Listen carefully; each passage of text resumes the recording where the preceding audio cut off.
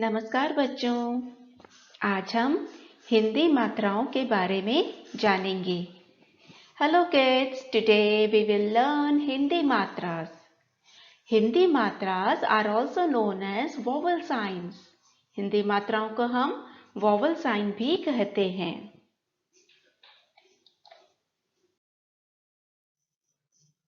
So kids, here we are done with our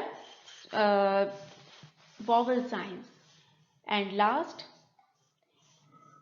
while doing our swar, let us first recap all the swar: a, e, u, ri, a, o, o, औ तक हमने सारे स्वर किए।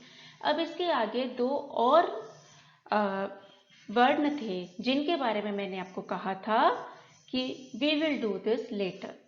अब उनकी बारी है। अब मैं आपको बताऊंगी वो वर्ण क्या हैं। तो उन वर्णों को हम अयोगवाह कहते हैं। उन वर्णों को हम अहा को हम अयोगवाह कहते हैं। Yes, look here, this is अंग। अंग को हम अनुस्वार कहते हैं। अंग ध्वनि को हम अनुस्वार कहते हैं। यस, एक और यह ध्वनि है जिसमें अ के ऊपर एक चांद बना हुआ है, चंद्र के साथ में बिंदी है, चंद्र के अंदर बिंदी लगी हुई है। Can you see the C shape with the dot on a? This is anunasik. This is called anunasik. First is a with one dot. This is anuswar. Next is a with one C shape and a dot in it. That is anunasik. And the third is, yes, this also we already have done. This is aha. What do we call it? Aha. Here a with two dots at the back. Two dots at the back. This is visarg. We call it visarg. Once again, speak with me. First is a with one dot. We call it anuswar. A with chandra with C shape and the dot in it. अ के ऊपर चांद की shape के अंदर एक बिंदी है जिसे हम अनुनासिक कहते हैं। और थर्ड है हमारा अ के साथ में, अ के पीछे बाद में दो डॉट हैं जिसे हम विसर्ग कहते हैं। और इन तीनों को हम, these three all together are known as अयोगवाह. इनको हम अयोगवाह कहते हैं। अनुस्वार, अयोगवाह अब हमारे पास तीन प्रकार के होते हैं: अनुस्वार, अनुनासिक और विसर्ग। समझे? अनुस्वार, अनुनासिक और विसर्ग मिलकर इनको क्या कहते हैं? अयोगवाह।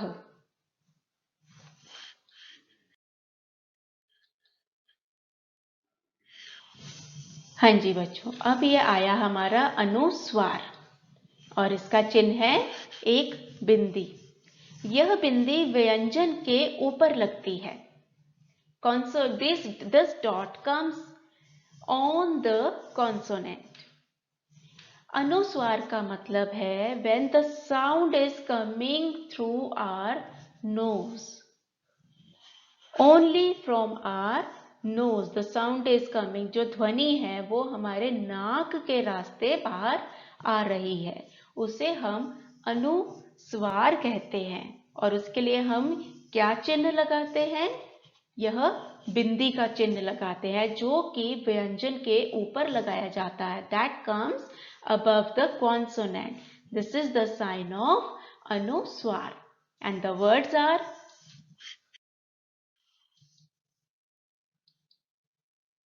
yes, this is the picture of a monkey. Look here how monkey in Hindi is known as bandar. Yes, so how to write bandar? Look here, b.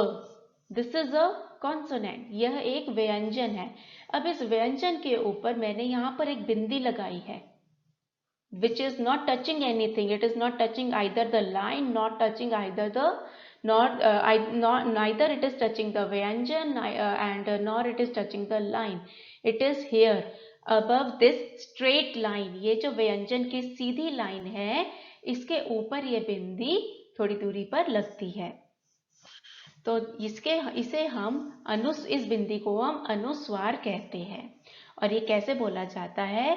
ब अंग. ब के ऊपर बिंदी का स्वर आ जाता है ब अंग. नाउ अब आप बोल रहे हैं तो आपको पता चल रहा है कि आपकी जो ध्वनि है वो आपके नाक के रास्ते से बाहर आ रही है. जो अंग की बिंदी का जो स्वर है वो नाक के रास्ते बाहर आ रहा है. तो इसलिए हम इसका चिन्ह लगाते हैं एक बिंदी. बंदर, बंदर. नेक्स्ट है प. प के है आगे है त. त के ऊपर अनुस्वार लगा है तो ये क्या बन गया? तंग. आ रही है ध्वनि त से बाहर, सॉरी आ रही है ना आपकी ध्वनि न से बाहर, नाक से बाहर. सो प तंग, पतंग. Kite. Yes, next is our national flag. What do we call it? झन. Look here. झ के ऊपर बिंदी है और झ के किस भाग के ऊपर बिंदी लगाई है हमने? यस, ये सीधी जो रेखा है, झ की जो सीधी रेखा है उसके ऊपर बिंदी है. वैसे ही त की जो सीधी रेखा है उसके ऊपर है. ब की भी सीधी रेखा है उसके ऊपर बिंदी है. ये बात का ध्यान रखिएगा कि अनुस्वार व्यंजन के किस भाग के ऊपर लगता है? व्यंजन की सीधी लाइन के ऊपर लगता है और ना ही यह व्यंजन को टच करता है और ना ही किसी लाइन को टच करता है. सो झ अंग झन डा. ध्वनि हमारे नाक के रास्ते से बाहर आ रही है. झंडा. झंडा मीन्स फ्लैग. इसे कहते हैं हम अनुस्वार. अब हम आगे पढ़ेंगे अनुनासिक. अनुनासिक मतलब जो हमारी ध्वनि है नाक से तो बाहर आ रही है, साथ ही में वो हमारे गले से होते हुए हमारे मुंह से भी बाहर आ रही है. मतलब गले से जब वो साउंड निकलती है, ध्वनि निकलती है, तो वो हमारे नाक और मुंह दोनों से बाहर आती है. तो इसे हम कहते हैं अनुनासिक. हाँ जी, यह है अनुनासिक. के ऊपर चंद्र विद बिंदु, चांद विद बिंदु, अ सी शेप विद बिंदु, ये होता है अनुनासिक. और इसको, हाँ जी, हम इसको स्वतंत्र रूप में भी लिख सकते हैं और इसका चिन्ह है यह, a C shape with a dot in it, चंद्र बिंदु. इसे हम कहते हैं चंद्र बिंदु. हिंदी में हम इसे कहते हैं चंद्र बिंदु. और इसे कहते हैं चंद्र बिंदु को हम कहते हैं अनुनासिक. मतलब अनुनासिक मतलब कि जब गले से ध्वनि बाहर आए तो वह गले से होती हुई नाक और मुंह दोनों से ही बाहर आती है. और इसके शब्द हैं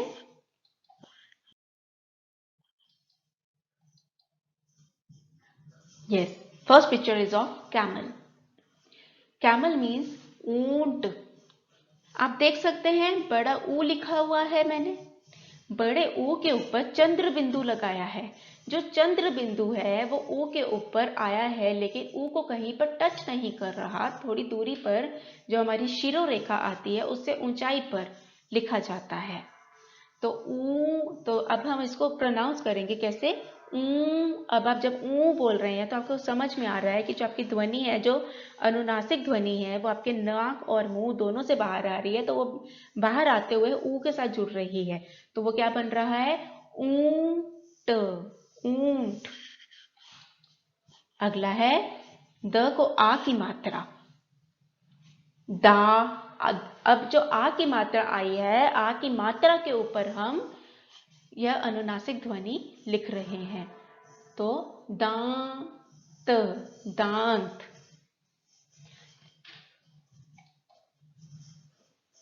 च आ, चा के ऊपर जो हमारे आ की मात्रा है उसके ऊपर अनुनासिक ध्वनि लिखी है हमने, तो ये बन गया चंद चांद।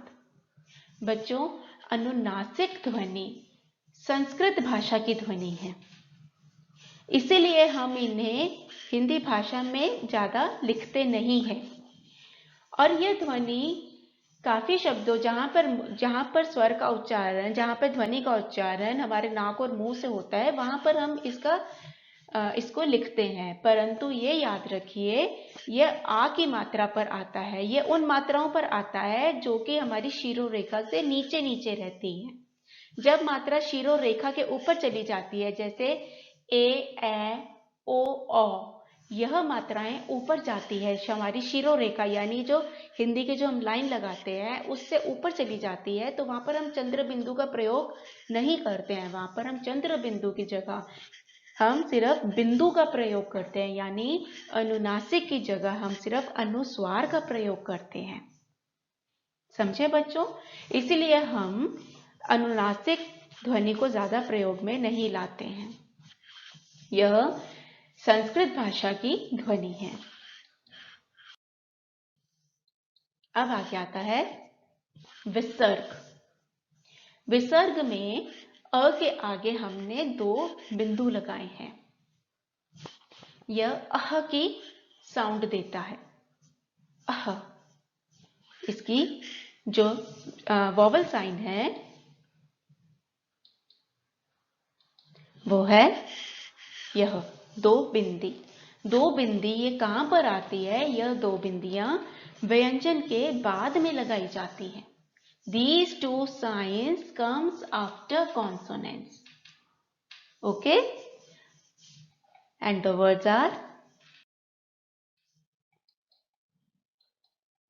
yes, can you see this picture? The lady is wishing you namaste. So we call it namah. Aha. Can you see now? Aha sound is coming. Namah. Namah. Maha. aha का साउंड आ रहा है, म के आगे हमने आहा sound के लिए 2 बिंदी लगा दी हैं, तो it will become namah, namah. Next is the scene is of morning. We call it pratah. आहा साउंड इट इज प्रातः, प्रातः, नमः, प्रातः। आह sound is coming at the last. Now next is the picture of again that you are reading the lesson again and again when we are doing some work again and again, at that time we call it punah, punah, ah, pu, प को छोटा ऊ की मात्रा, पु, नह, पुनः, नह। बच्चों समझे? तो हमने इन 3 अयोगवाद ध्वनियों के बारे में पढ़ा है।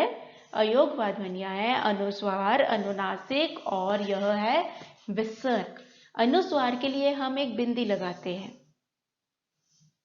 अनुनासिक जो कि एक संस्कृत भाषा की ध्वनि है, उसके लिए हम चंद्र बिंदु के साथ बिंदी लगाते हैं। और यह ध्वनि यानी अनुनासिक का जो चिन्ह है वो हर मात्रा के ऊपर नहीं आता है, वो सिर्फ वो ए, ओ, औ मात्रा पर नहीं आता है, क्योंकि वहां पर ऑलरेडी एक मात्रा लगी हुई है। तो उसके साथ हम चंद्र बिंदु लगाने की बजाय हम सिर्फ अनुस्वार लगा देते हैं, दैट मीन्स एक बिंदी लगा देते हैं। और आगे आता है आह, जो कि हमारे शब्द में आह का साउंड देता है, नमः, प्रातः, पुनः।